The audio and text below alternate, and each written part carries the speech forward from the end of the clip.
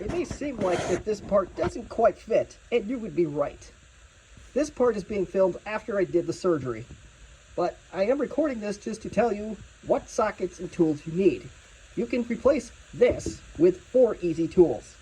The first tool you'll need will be a 7mm socket. We get the camera to cooperate. Yeah, this is a 7mm.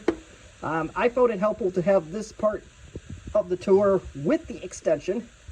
This will be needed for 3 bolts that hold on the engine cover, the Duratec 2.5 liter, that plastic cover. It's the same cover you would take off to replace the spark plugs and other things. And then this is where the real surprise comes into play. The bolt that actually holds this on is an American size. I had to use a 5/16 1/4-inch drive to break that one open.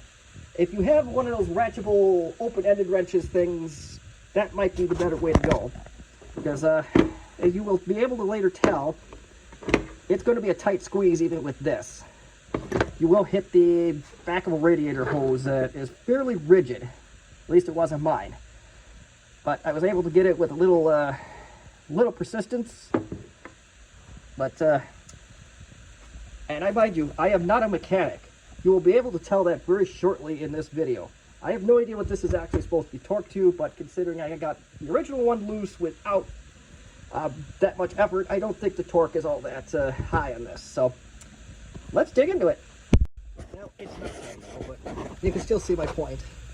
As you can tell, belt very loose. And I can move this tensioner back and forth. I assume that this is not correct behavior.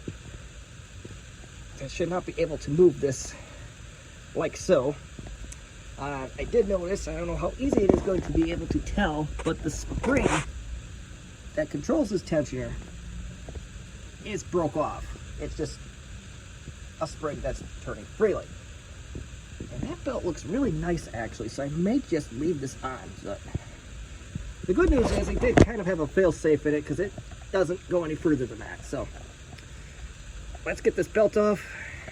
I think you either need a 7 or an 8 wrench to get in there, possibly a socket. So I'm gonna try to get that off. Start this bolt right here, and we'll see what happens.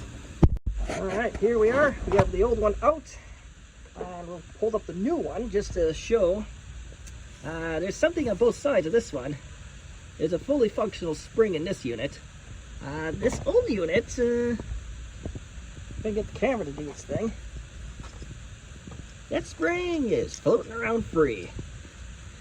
But most importantly, we'll match them up. And working at night here, probably not the best idea I've ever had, but they look pretty close to the same, if not exactly the same, so we will proceed. I'm actually going to change the belt out since we're this far, and for the life of this car, that's one less thing I can have to touch. So I get the new belt on, and we'll go from there. If you're not a mechanic like me, you're going to wonder, how do I know if this is going to be in the right spot? Well, I studied this, and there's a little groove on the unit itself. So I assume this groove has to go into this hole right here. That's my best guess. And just for a fun fact, this is like the first thing ever I've ever found on this car that takes an American-sized bolt. The 5/32 bolt hangs onto this tensioner rod, so that's a fun little fact. Didn't expect that, but let's get the tensioner on and let's see how much fighting we're going to do with that. Well, here's another case of sometimes engineers are stupid. Or sadistic, I'm not sure. Had really a bear of a time getting this little socket in there. So if you really have a hard time with it, or if you got a bigger socket, just take this hose off and you'll get at it free. But with this, with a 1/4-inch drive and a 5/32 socket, I was able to get into it with minimal trouble. And yes, it springs again. So we're in business. That's more like it. It's exactly what it's supposed to do if you... I can't get my left hand, but that's what it's supposed to do. There's supposed to be resistance. Belt is now nice and tight. So hopefully that'll fix our problem.